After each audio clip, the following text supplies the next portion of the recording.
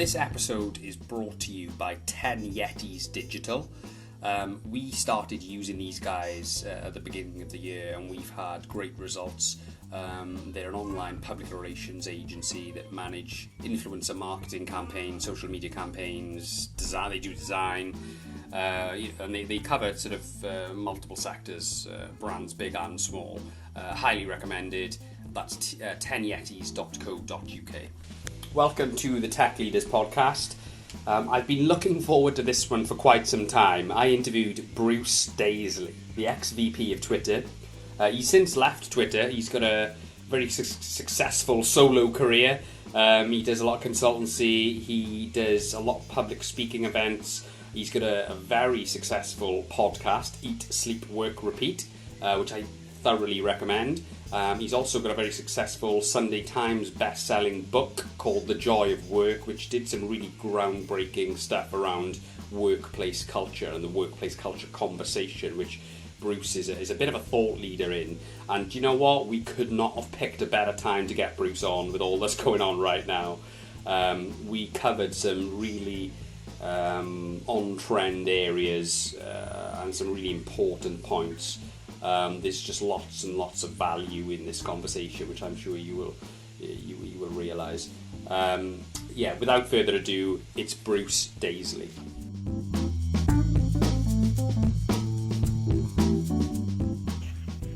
Bruce, thank you for coming on. We took a while to set this one up. You've been super busy recently, so I so appreciate this, especially on your son's 18th birthday.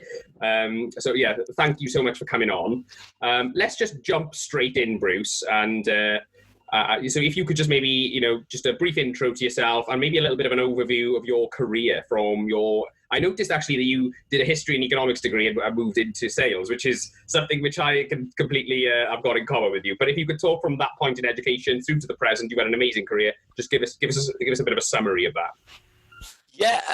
So I guess most recently I've been vice president for Twitter across Europe, Middle East, and Africa for 8 years. But prior to that, I started my career in radio. And you mentioned the sales thing. There's an interesting thing. Sort of, grew up in a council estate.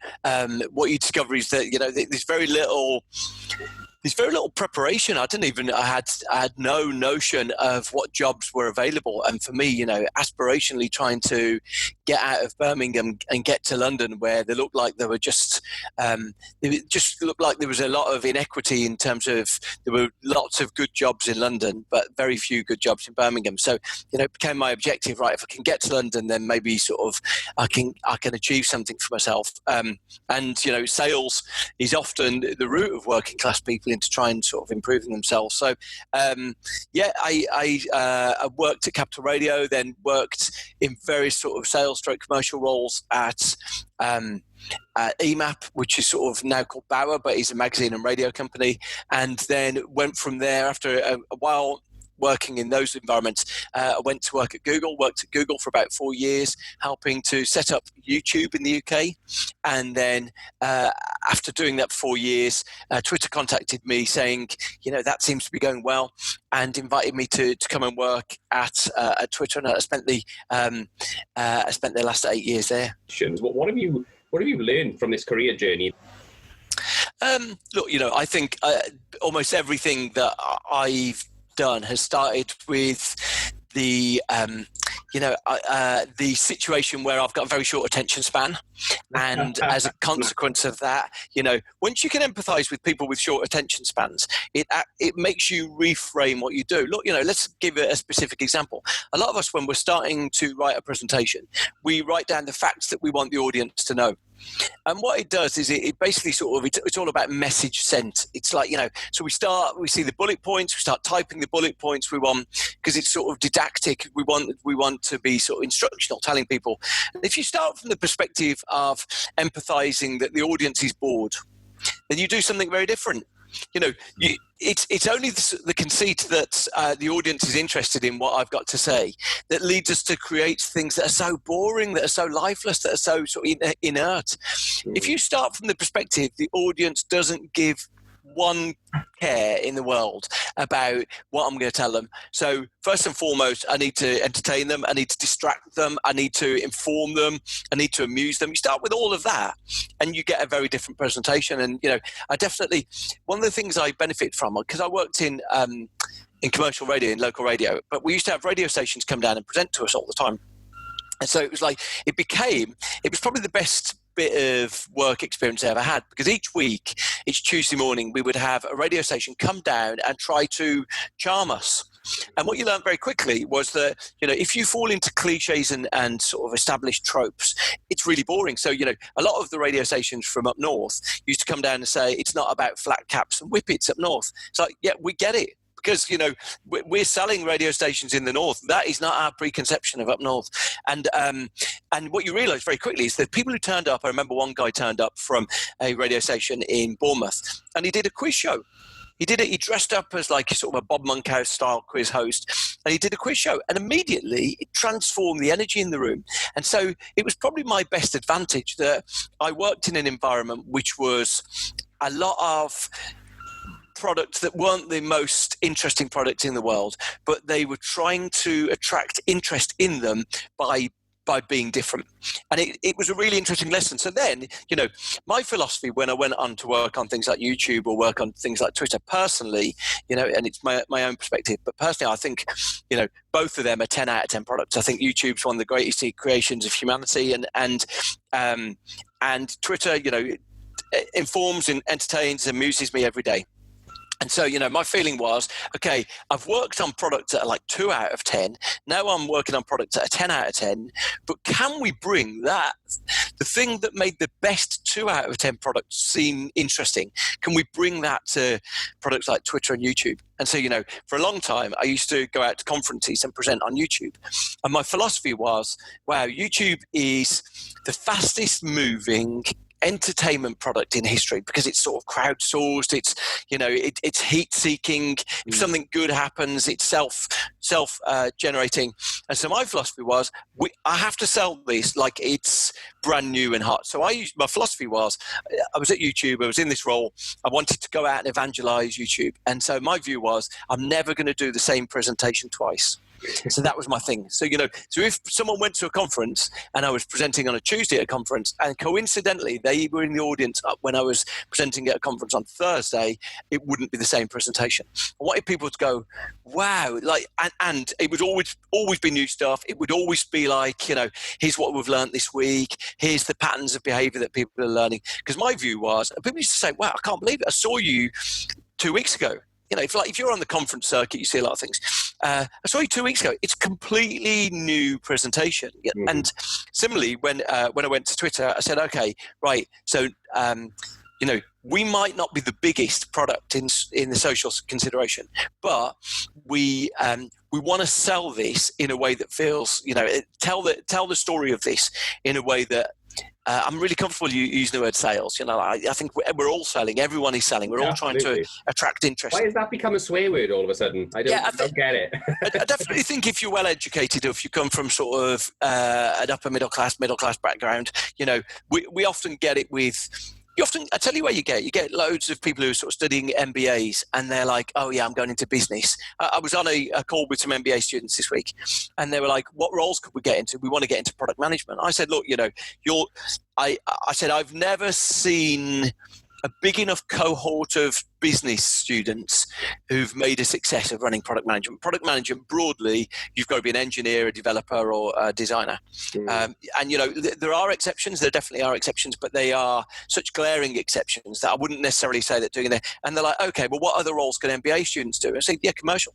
And they're like, I don't really want to get into selling. It's like, look, then the stigma's in your head, because the most vital thing in almost any business is the person who brings new business in the door. And whether that's, you're an agency bringing new clients in, you're an architecture firm and you're bringing new contracts in, bringing new business into any organization is the lifeblood of that organization. It's sort of strange that it's this sort of weird pejorative to call someone a salesperson. Anyway, back to when I was at Twitter, my view was, okay, this is like, our philosophy about telling this story has got to be a bit like when you're out in the pub with a friend, or you're out in with a friend, and a friend says, "Did you see that thing on Twitter yesterday?" And actually, we knew, for example, that the biggest way to drive new users on Twitter was someone else turning to you saying, "Did you see that? Did you see that yesterday? See what they said?" And so we thought, well, that's got to be our philosophy. So our philosophy was, if you saw something new yesterday, there was a team that all they did was brought things that have happened yesterday to slides and made them look beautiful and distributed them to everyone. So people would stand up and go, right now, these sort of big protests going on across the US, but more broadly everywhere. And if you're turning up and you're presenting right now, and you don't have something about that in, but you've got something about, say, the lockdown or coronavirus, it feels dated. It immediately feels dated. It immediately becomes, oh, when was this written? That sense that, you've got something that looked like it was once topical. And our feeling was, no, this has got to feel like it was written in the cab on the way here, but it's got to look like it gleams. It's brand new. It doesn't look like it's sort of, hacked together. It looks like, wow, this is sort of printed on. The metaphor I used to use is it's got to feel like it's printed on better paper. It's got to feel like it just projects this magic to it. And the best thing we use, the objective that always with our team was, your aim is to be the best presentation of the day. Your aim is to be the best meeting of the week. Because, we're not as big as Facebook. We're not as big as, latterly we weren't as big as Instagram. We're not as new as TikTok. But, actually we've got a really good story, but it's our job to tell that story really well. Absolutely. Bruce, you're a dream to interview, because I could unpack so much of what you just said there. There was 3 things that stood out. Let me just run with this one, okay? The first half of what you said, you were talking a lot about, doing things differently. You were talking about creating innovative content, essentially, weren't you? And, from the people who were pitching to you, stood out in the early days when you were doing radio, right through to you doing a different talk, different speech every time you went on stage, you know what I mean? Rather than doing a lift and shift every single time. What do you do to keep creative, keep innovative, keep yourself fresh-minded then? And what do you do to sort of stop going into getting stuck in your ways, you know what I mean? Yeah. I'm very critical and very self-critical. So, when I first joined Twitter, my boss said to me, we want to run an event. We run an event for like 400 people. And I can't tell you, I was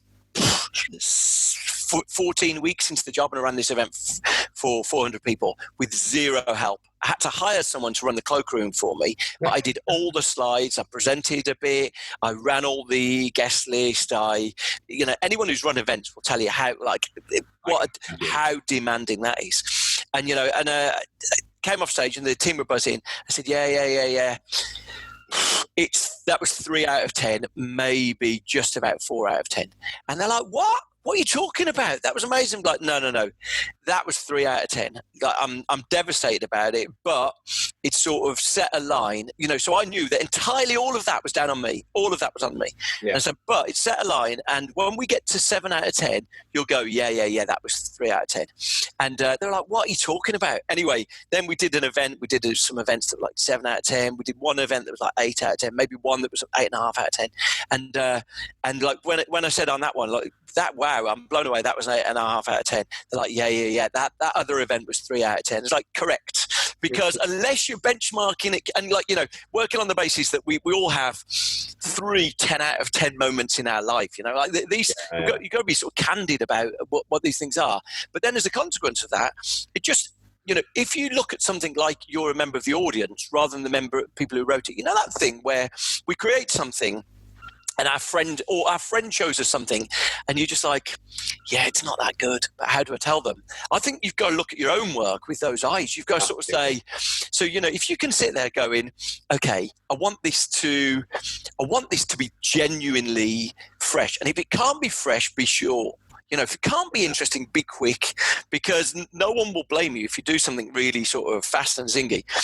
And so often our instinct is to think, right, well, look, here's the laundry list of things I want to tell this audience.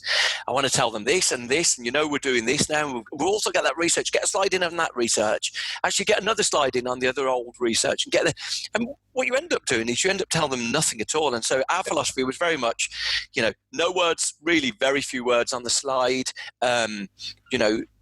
really words for emphasis. People needed to rehearse and needed to be scripted. Just before we move on to anything else, this is really fascinating stuff. I think one thing I've always struggled with is sometimes I've underprepared for things like this a lot, but sometimes I'm overprepared as well. Yeah. And finding that balance is quite difficult. I find, obviously I haven't done as much as you. And that old thing when you've done a presentation 20 times. Yeah. And you're popping on it. It's like, when you've done it 20 times, you sort of know it almost conversationally, and as a consequence of that, you can see you can make live connections. You can make, if not gags, you can make sort of tangential leaps because you're so comfortable with the sort of the territory. It's like your walk to school, right? If you know your walk to school as a kid, then you very easily you can moderate it, you can riff it, you can twist it. If you don't know a route, then you sort of walk resolutely, right? We turn left there, and it's that sort of familiarity. And so when I've got big presentations, generally what I do is I record them onto my phone and then listen to them 2 or 3 times, almost like it becomes sort of ritualized, sort of like memorized in my head. So when I was presenting at maybe sort of the biggest internet conference in the UK a while ago now. And the big thing for me was, right, prepared all these things. I've got it all flowing. Now I want it to feel like this is going to be the first time I did this, but I want it to feel like it's the 20th time I've done it. In the sense that, the audience might say, I'll give you another example of that, actually. The engineers at Google used to always produce these presentations, and they were works of art. They were magical, and these were engineers, these were computer scientists. So I don't mean to be sort of unfairly critical, but they're not in the performing arts of degrees, and they would turn up, and almost without exception, they would all come and give incredible presentations. And so I'd say to them, one of them actually I think runs AI now at Google, a guy called Clay Bavor, and I'd say, Clay, man, how are you getting this presentation so good? He said, our methodology is simple.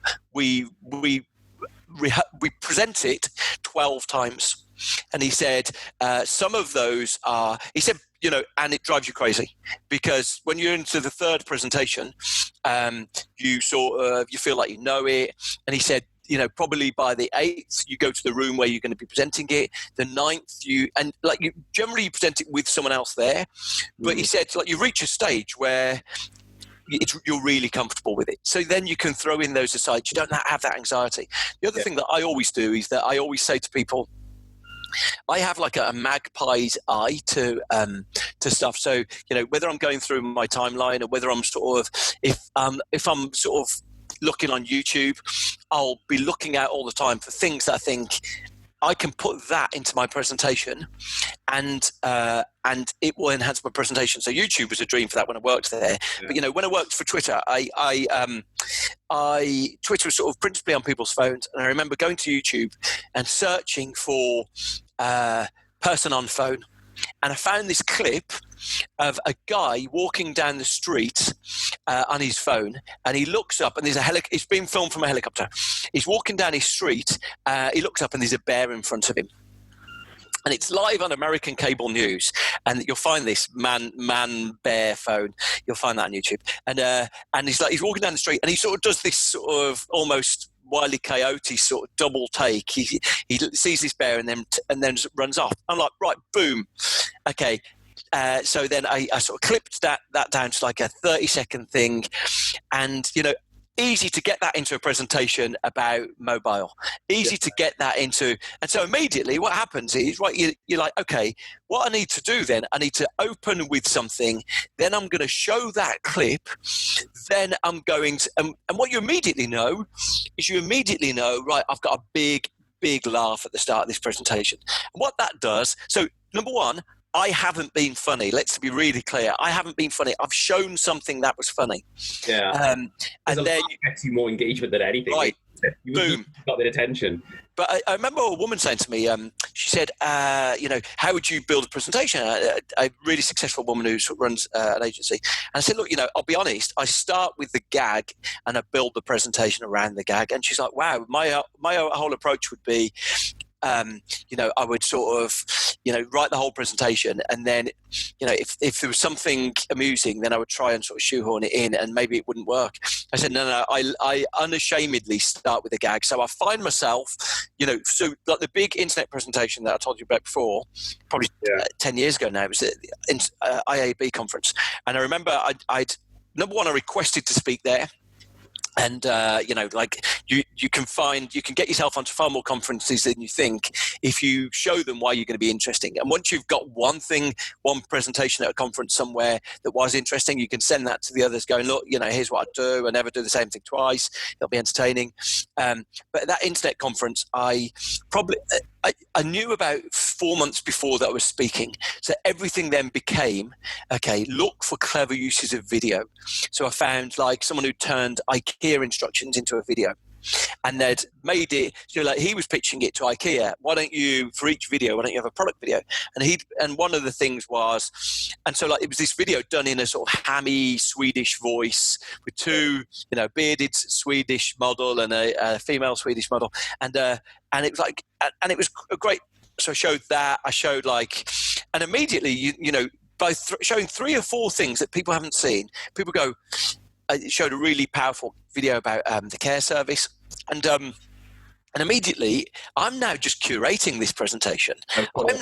I'm not sort of there giving blah, blah, blah. I'm curating this, and people are going to go, wow, that's like, it was really thoughtful. I cried a bit. I laughed twice. There was like 3 interesting points. That's it.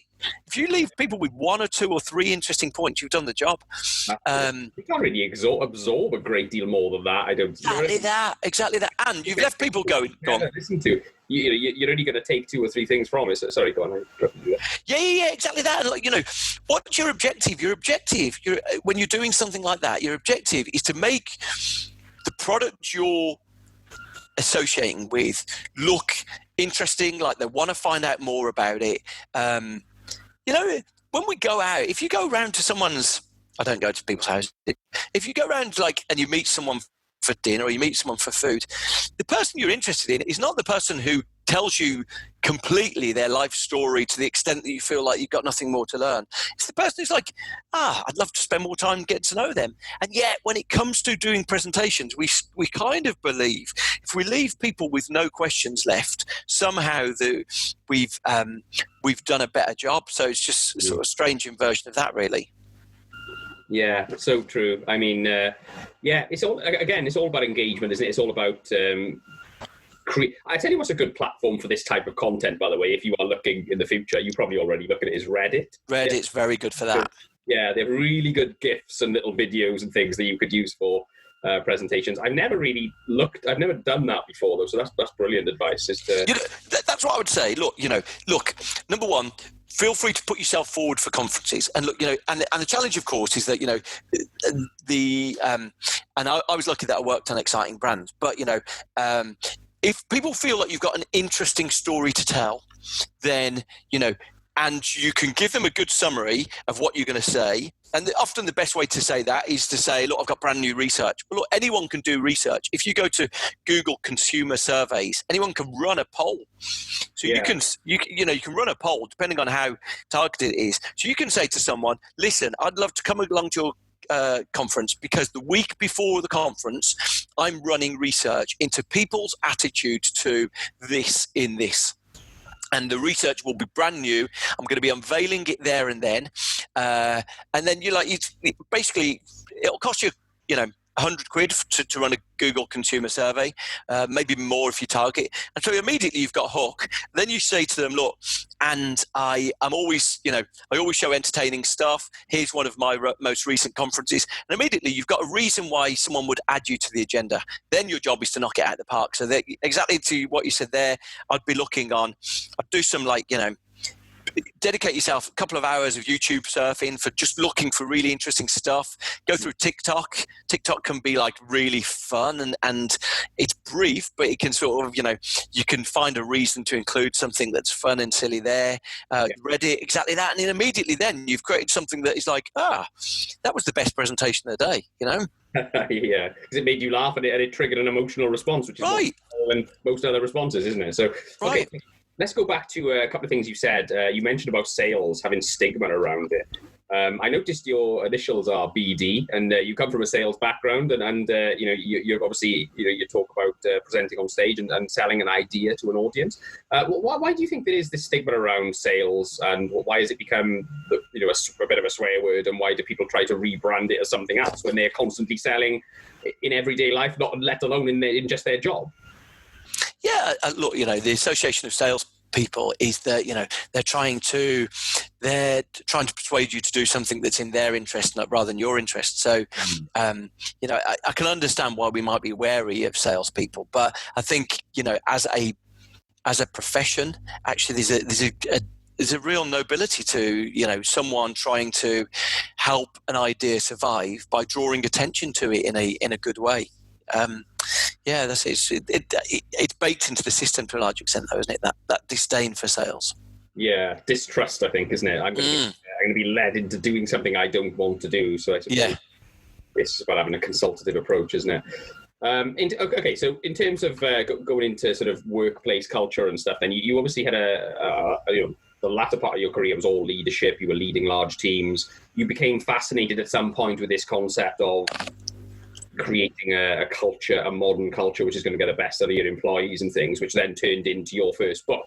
Talk us through that journey of how did you pursue that angle? You had multiple other angles you could have pursued, being in such a high level leadership role. Why workplace culture? What was interesting about that? Yeah, I've always been interested in if you've ever done bar work or restaurant work, or maybe in professional environments. But if you do bar work or restaurant work, you can tell by your second shift whether this is going to be a fun place to work or a bad place to work. You can just tell. And this is a strange thing where there's often either a joy to the place, and you're like, there's a couple of characters there who just imbue the whole place with such great energy that you find yourself asking for more shifts. Someone says to you, can you do Tuesdays? Well, you're like, yeah, definitely. It's like this, you sort of feel enchanted by the place. Or, there's some places where you're like, oh my God, there's just such a sort of cutthroat energy to this whole place. I'm doing it to earn my coin, but I'm sort of don't want to linger. And, it was the same when I joined professional jobs. There were some places that had a great energy and some that didn't. And I was really interested. My first professional job was at Capital Radio, and it was a part of Capital Radio that was rather chaotic. But our competitors were really differentiated from us because our competitors were slightly more organised, not necessarily more organised, but they had a quite backstabbing culture to them. And so everyone we'd meet from that organisation would remark on the esprit de corps that we had in our organisation. And so I was really interested in that. And look, what happened was that during the course of time at 8 years at Twitter, so 8 years doing the same job, I guess could feel repetitive, but during my time there, we were doing 2 rebuildings. We were sort of trying to re-energize after some downs and some ups. So it's certainly from my perspective, I'd sort of built this amazing culture, and then what happened was in about 3 years ago, so 2017, the culture took a turn for the worse, and it was almost certainly partly down to my actions. It was partly down to the situation of the company at the time, and so having witnessed these great places that I'd worked, I was thinking, okay, well, look, actually, this is a test of my own humility, really. What have I done wrong here that I can now set about trying to correct? What have I done wrong here that, maybe I can put the toothpaste back in the tube. Maybe I can sort of try and re-energize the place, bring some mojo back to the place. And so that became my fascination. What could I do there? And look, it was it was sort of really interesting for me. It was intriguing for me because the moment you start studying workplace culture, you realize there's a lot of stuff written about it in academic papers, but not a lot of it reaches people in full-time jobs. So I turned that into a book. Now, look, buyer beware, the book is available in 2 different titles, and that's because the Americans chose to change the title when it was published there. So don't buy both books thinking I'm going to work my way through this and then get to the end of the first, start the second one and go, God, this guy's a bit repetitive. They're the same book. Eat, Sleep, Work, Repeat, Enjoy the Work. Joy of Work is the UK edition. Yeah, absolutely. So, in terms of practical advice for business leaders then, and people who are trying to build a culture of innovation, creativity, but also productivity as well. Because I think, from someone who's who's been on this journey, I think the biggest challenge that certainly I've faced working in SME is a good culture for Jack is not necessarily a good culture for Jill. So you need to come up with a culture that works for everybody. You see what I mean? Obviously being, and also you want to cultivate innovation and productivity as well. What kind of generic advice would you give to business owners to try and solve that problem? Yeah, well, the big thing for me is that, the secret of a good workplace culture is probably the 2 components are that you almost observe everywhere are 2 things called psychological safety and positive affect. Psychological safety is about your ability to speak candidly to each other. So, that can apply anywhere. So it can apply in your relationship. It can apply in friendships. It can apply in workplace settings. So, that feeling that quite often, sometimes we can find ourselves walking out of a meeting room, shaking our head going, oh my God, the boss doesn't get it. Sort of someone giving you an order and you're like, everyone who does the day-to-day work's like, that won't work. I mean, when was the last time you tried to do it? And that's an absence of psychological safety. What you discover is the best environments do have the ability for people to say, this won't work. Yeah. How about we try this? And so that psychological safety is immensely hard to get.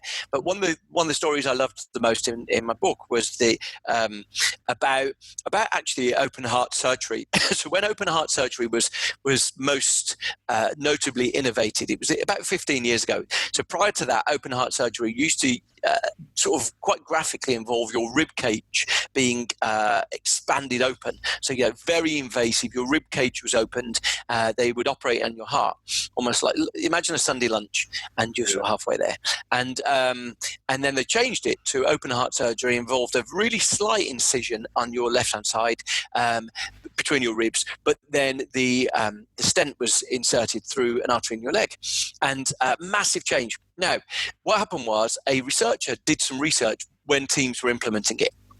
So it was the innovation was created by a company, and then it was implemented by surgical teams around the world. And what you discovered was that the teams who did best were the ones where the lead surgeon would model uncertainty, would model openness, would model questioning. So after every time they operated, he'd say, okay, right, what didn't work? What did work? What questions have we got?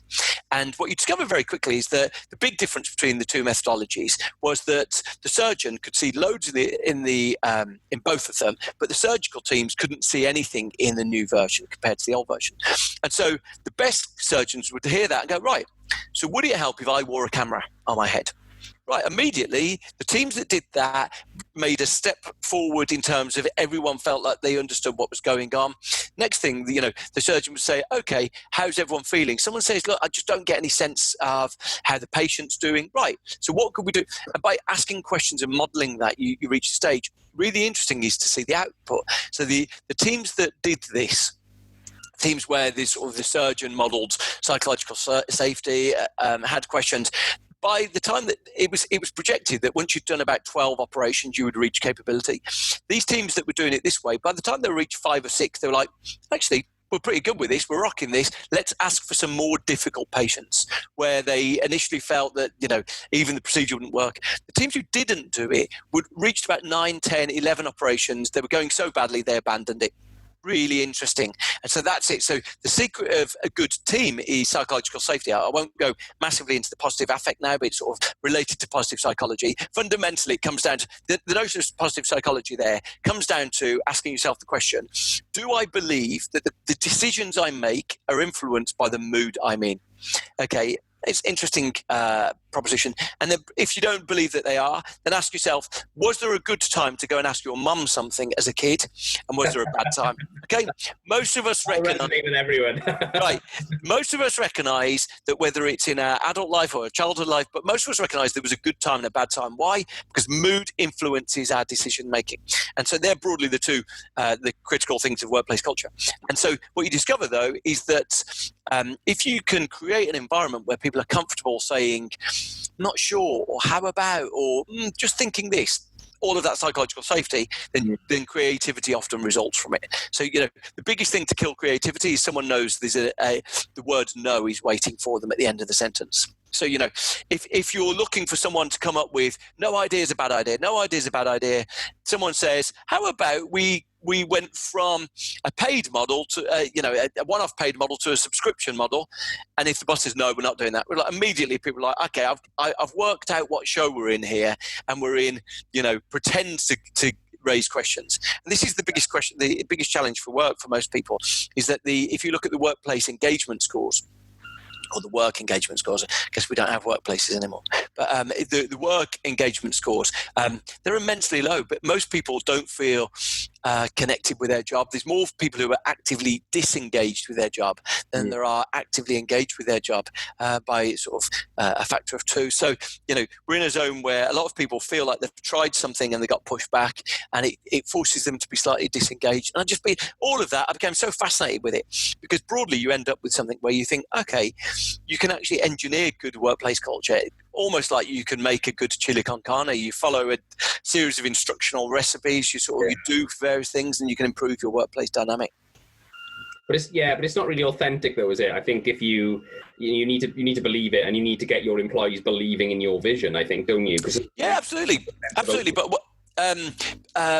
absolutely, no doubt, in psychological safety, you can't fake psychological safety. So, if you can't pretend that this is sort of going to be a place where no answer is a bad answer, and then all of a sudden people give a bad answer and you fire that guy. So, all these things are immensely difficult, very easy to destroy, very difficult to establish. But there are certain things that can act as your guide. So if you understand these things, I spent some time chatting to a member of the elite services, like sort of Special Air Force, Special Boat Service, and I chat to an elite British combat soldier, and he says, look, here's our method of doing psychological safety.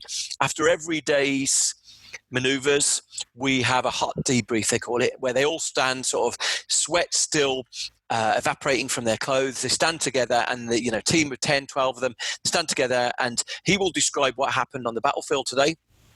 And then he'll say what he saw happen. He says, then he'll say what he did wrong himself. Then he'll say what he felt went well. And what it immediately does is it establishes a part of our routine here is a candor and honesty of what we did wrong and what we did well. So that consequently, it's not seen as a personal character trait if you've done something wrong, but more a human act that we all do. But by accessing that honesty, we actually get closer to all being transparent with each other. And you need little maneuvers like that you bake into the way that you work to try and sort of improve these things, really. Yeah, I think that psychological safety is a really interesting subject, and it's something which I did a mini MBA course last year, and we talked about this at length. And it was just essentially empowering your employees to have the courage to voice their opinion and not fear looking stupid and not fear making mistakes. And if you can keep that culture that nothing is off limits, no idea is a bad idea, and I think you're onto a winner, aren't you? Because I tell you what, Bruce, right? I listened to your podcast. You got a great podcast, by the way. And there was one episode, being a sports fan, which stood out for me, which was you interviewed the guy who wrote the Barcelona Way. Yeah, that's right. Yeah, Damien Hughes. Damien Hughes, great guy, great guest. There was one story he told about Pep Guardiola, which I thought was really interesting. It was about when he was at Barcelona, when they had this, they won multiple European trophies, this sort of decorated history of winning silverware. And he went in, he took over, he wasn't favoured to get the job, but he got the job anyway. And he just inherited a team of kind of, hyper-inflated egos, basically. Who were driving to sort of training in Ferraris and stuff. And he kind of, bestowed more of a humble culture in there, didn't he? Banned the Ferraris, banned the Rolexes, dress like normal people, act like normal people, and have good values and work hard, instill a working class culture in them, essentially. And it was, they were the best team in the world 3 years later, So, but it was, what the interesting part is when he had a job in between. But then when he went to Man City, he inherited a club which was a bit down on its luck. They'd had a bit of a success in the recent years, but they hadn't really won any trophies for a long time. So he did the actual opposite and didn't lift and shift the culture. He actually tailored a different, he had a different approach tailored to that club, which was to encourage them to buy the Ferraris and the Rolexes and act like champions. Do you know what I mean? Yeah. There's of leadership there, Sorry. I think there's an interesting thing in that, though. So, like in the course of that podcast, sort of, there's been 100 episodes, and there's been a vast range of things from, chatting to NHS nurses to chatting to doctors to chatting to combat soldiers, like all manner of things, but and a lot of office stuff. But his thing there, I think, at Barcelona was that he recognising that the culture he created at Barcelona was about Catalan pride, and like you say, it's there's probably a class element to it, but there's also sort of this national pride that exists in Catalonia, and Barcelona was the embodiment of that. When he went to Man City, exactly like you say, there was an innate pride, but also an embarrassment, and so he wanted to bring a degree of flashiness to them. He wanted to bring I don't know if one of the words used was swagger, but he wanted to bring this sort of that swagger that I guess classically might be associated with sort of the big boy clubs. He wanted them to look like they weren't the poor neighbours. So it's just really interesting. I also did an episode. I've only done 2 episodes on sport, maybe 3 episodes on sport. But I also did an episode about Jurgen Klopp at Liverpool, which has probably been the biggest episode ever.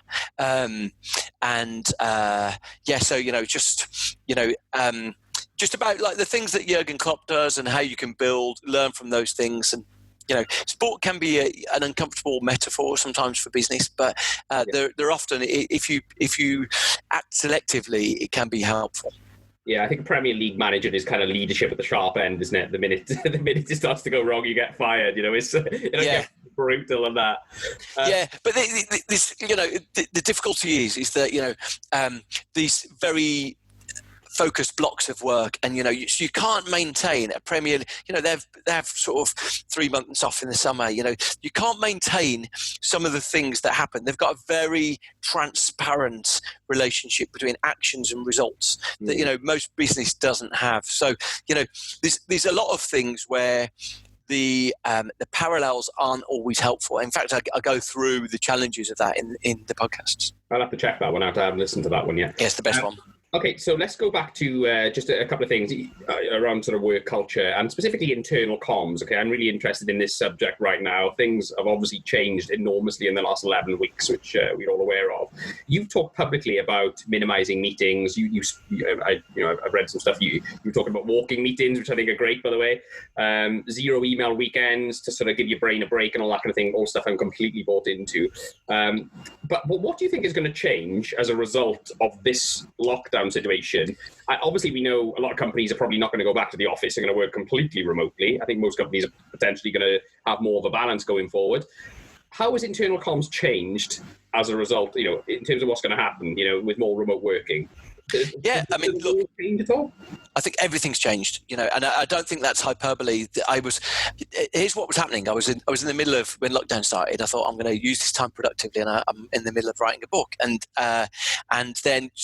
then suddenly, when we got into about 7 weeks of lockdown, there was just this penny flipped, and so I'm doing most of it as a weekly newsletter right now. So if anyone is interested in that, maybe we could give the link to eatsleepworkrepeat.com. But I do a newsletter because broadly, here's what I'll say has changed. Well, firstly, we're not going back to the office. We're not going back to the office in a number of ways. Number one, a lot of firms are saying that it's evident to them that the amount they're spending on commercial property is actually an expense that they can save money on. So, whether that's Barclays saying that they're not going to have everyone back, Morgan Stanley have said that they don't see the old model that they did is going to work. Nielsen, the research company, said they can believe that people will come in for maybe a day a week for meetings, but the old way of working isn't going to happen. I chatted to people who worked at a local authority who told me that they're already planning to sell a third of their real estate.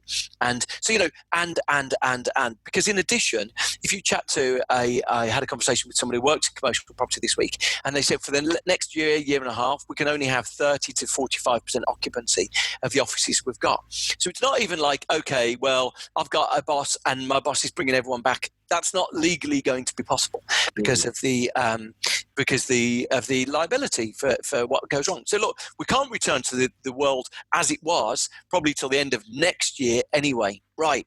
That focuses the mind because, if you're saying the interim for you is going to be the best part of 21 months, then it begs the question, people who are not treating this as an interim situation, but are thinking, let's build something new, different, productive, then they're getting a run on you.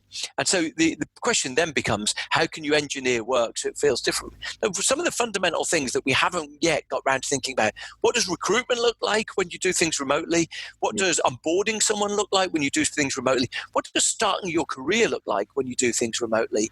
Most of us learned the things that we might vaguely consider our knowledge and achievements and our skills. We learned them at the knees of elders, like you learned them because you were sitting next to a guy who was in the middle of a negotiation. You were you watched the sort of the office genius write her slides, and you sort of watched her thought process. It's all these things are a lay learning process, and the challenge for all of us is going to be, how do you replicate some of that when those norms have been demolished? But most certainly the big challenge for all of us right now is, how do we bridge to new organizations? And the really interesting thing for me is that there are a whole group of organizations that have always been remote only. So the company that runs WordPress, a company called Automatic, but there's also a number of other software firms, a company called Basecamp, a company called Buffer, all completely remote. InVision, they're all completely remote. And what you learn from them is that they recognize that the burden of meetings is far smaller. They work to a way to allow people to work asynchronously rather than synchronously, meaning that your boss isn't pinging you because your light has gone off in Google Chat or in Slack. That your boss recognizes that you'll have a list of things that you're responsible for, and you'll get them done by the end of the week, month or quarter. And so, what's the upside of that is that, maybe if you're a keen cyclist or a sunbathing enthusiast, you might get the opportunity to go and do a couple of hours of those things in a day and flip it. So you start your working day earlier or finish it later, and you can sort of you can get more yin yang to your life. But fundamentally, I think everything has changed, and the question now becomes how quickly your workplace is going to adapt to that. Really, that's kind of what I'm trying to cover in the newsletter. Yeah, and I think as leaders, I think one paradigm shift is and it was going, and I spoke to people recently, and I read about a lot of what's going to change during this lockdown was going to change anyway. We're just going to accelerate what was happening anyway. But, yeah. It's going to move a lot quicker. But one thing that has changed is that I think more companies are going to have to embrace more outcome-based management. Absolutely.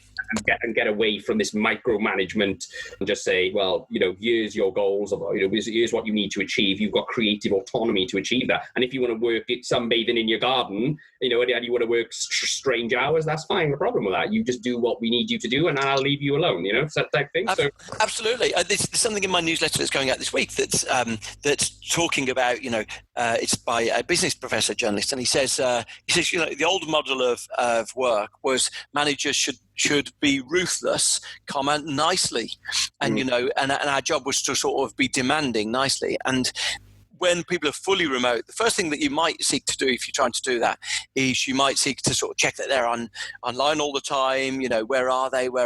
Very quickly, over time, the best people are going to say, I can't be bothered with that. The question that's going to be when someone recommends you go and do a job, you'll say to them, how many hours of Zoom calls do you do a week? And if you're doing 30 hours of Zoom calls, sort of staring into your computer screen from your bed, people will go, I don't fancy that. Sounds like a pretty lame culture.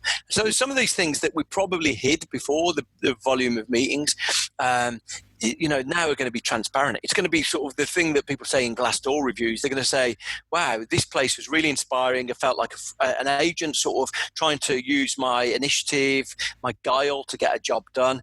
And other companies will say, I just felt like I was on relentless video calls, and it sort of ended up damaging my mental health. So I think, it will be strongly differentiated within a year.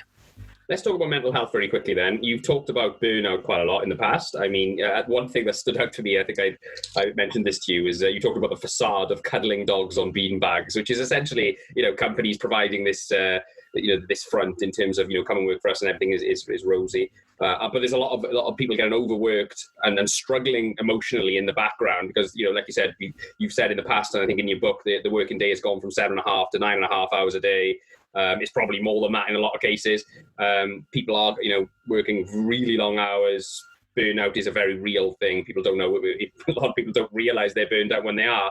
But then productivity, creativity certainly dips and all that type of thing. How is that going to get impacted by all the changes you've just mentioned? Yeah, I mean, I think the first, we're sort of just working our way through trying to understand what's happening to all of us right now. But I think the big thing right now is probably there is a danger that, with a large amount of the workforce furloughed, or the people who are furloughed have obviously got some anxiety about, does this mean that I'm first on the firing line when it comes to like a full-time job? And then maybe the people who are in jobs thinking, okay, I don't want to be the next to be furloughed. So, there's a lot of anxiety, and one of the ways that we've seen that expressed right now is that we've seen it expressed with sort of people feeling like they're working longer, doing more work, and working longer hours. So one of the pieces of evidence I saw was that the people who work in the US, people are working 3 hours longer. So it's like, every day. So it's like bananas, and this will definitely perpetuate what's going on. The challenge, of course, is that it'll feel like first world problems because a quarter of the workforce is unemployed right now in the US. Yeah. They don't have a furloughing schemes. But, the idea that you're going to be reporting feeling burnt out will feel like a triviality compared to people who are on welfare. No, absolutely. Okay, then. So I'm mindful of time, Bruce. I know you're a busy chap, and obviously you've got some stuff going on with your son's birthday and so on and so forth. So I wanted to finish on a couple of questions about you in terms of how you've stayed motivated and creative and stayed on top of your sort of work over the last 11 weeks. What are you doing? Have you got a structure you're following? What are you doing to keep on top of things? Yeah, I mean, I would not say my last 12 weeks would be anything that I would want to go into sort of a productivity workbook. Definitely the first year of lockdown I thought was confusing. The second year of lockdown, I cooked more things in the first year of lockdown. The second year of lockdown, I sort of got into more of a routine, and I would describe myself as firmly in a rut in the third year of lockdown. So I'm now in sort of this zone where, it's very difficult when you reflect back to sort of try and remember what you've done, right? Because every day looks the same. So I'm grateful for my health, let's put it that way. Absolutely. Have you learned anything, any tools you've discovered, any habits you've picked up over this time? No, I mean, first month, I definitely cooked more recipes than I'm cooking now. I've been researching a book on identity and resilience, and so actually, I was really buzzing off that research in the first few weeks. I haven't done as much of it in the last week or so. Identity and resilience, yeah. Well, just like basically this sort of when you look into resilience and why some people are more resilient, it's often as much about the story they tell themselves and like their identity and who they represent. So a very sort of simplistic way to point that out to you is that immigrant mentality, identity. Quite often children of immigrant parents are imbued with a strong sense that unless you work hard, you've failed the endeavor that we set about when we brought you to this country. And so what you have often is that people sort of first generation immigrant children can be they're often sort of some of the biggest disruptors, the biggest innovators, the biggest creators. They're often people who come up with new ways of doing things. There seems to be sort of a brilliant combination of an outsider's mentality combined with a powerful work ethic, and a really interesting idea.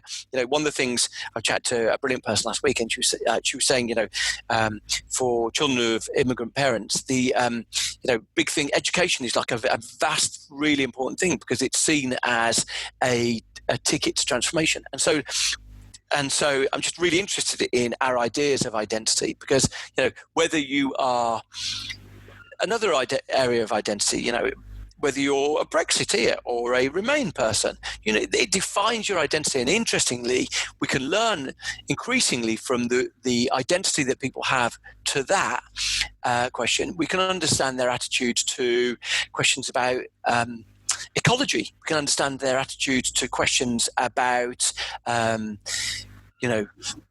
rights of different groups. It's really interesting. It seems to form an identity, and so I'm just looking into the way that intersects with work. Yeah, absolutely. I think different perspectives is really important, isn't it? And that's why diversity is such an important thing in business. Having a diverse culture is so important, isn't it? What book or story have you been inspired by then, Bruce? Is there any sort of books that have changed your career or changed the way you changed your perspective on anything, or any videos, documentaries, whatever, any pieces of content which you thought were quite poignant in your way of thinking? I really enjoyed Johan Hari's Lost Connections. Probably if you haven't got the time to read that, then I think he did an 18-minute TED talk. He's done 2 TED talks, one on drugs, which is also brilliant, and one on it's ostensibly on depression, but it's not about depression. It's about I think his point broadly is if we used the phrase disconnected instead of depressed, it would be more instructive for us to understand what that actually represents. And actually, it's really interesting. It's just brilliant. I loved that. I loved Gio Tolentino's Trick Mirror last year, which is sort of a series of essays about the internet and how it affects us. I think that was brilliant. I've not read Johan Hari. I've not heard of the second one, but I'll check that out. I've not read Johan Hari's book, Lost Connections, but I listened to a podcast with him. He was on Joe Rogan. Yeah. And I think it was brilliant. And his knowledge on that subject is incredible. And it's more about perception around depression and things, isn't it? Very much so. And look, it might put people off the fact it's about depression, because they might either say, they're not personally depressed, but actually it goes way beyond that. It goes beyond sort of depression. One of the biggest killers in society is loneliness, and that people feeling disconnected is a big societal issue, I think. Of course, no, absolutely. He's done some great stuff on the drugs war in America as well, which was really fantastic. That was his first TED talk. So good, man. Yeah. Last question then, Bruce. What advice would you give to business leaders in this difficult period right now who are trying to keep their team engaged, together, productive, creative? What would you say to them? Yeah, try and focus where the good stuff is. The danger that we all find ourselves in is that when we feel uncertain, when we feel worried, we often try to dial up the control. And, so that can happen everywhere. It can happen. I remember I was at Google when the chief exec changed, and the first thing he did was a series of these actions to try and control what people were doing. It's a natural, it's human, it's an innate thing that we try and control things more when we're worried. And what you discover actually is the more that you can empower people, you can give people specific tasks, roles, responsibilities. You discover when you do that, you actually get a better result. It's often scarier, but giving people the problem to solve, it seems to be better than giving them the marching orders. Fantastic. Bruce, really, really interesting stuff we covered here. I could talk to you all day. Thank you so much. Bruce, really good. I really appreciate you coming on the show. All the best. Stay lucky.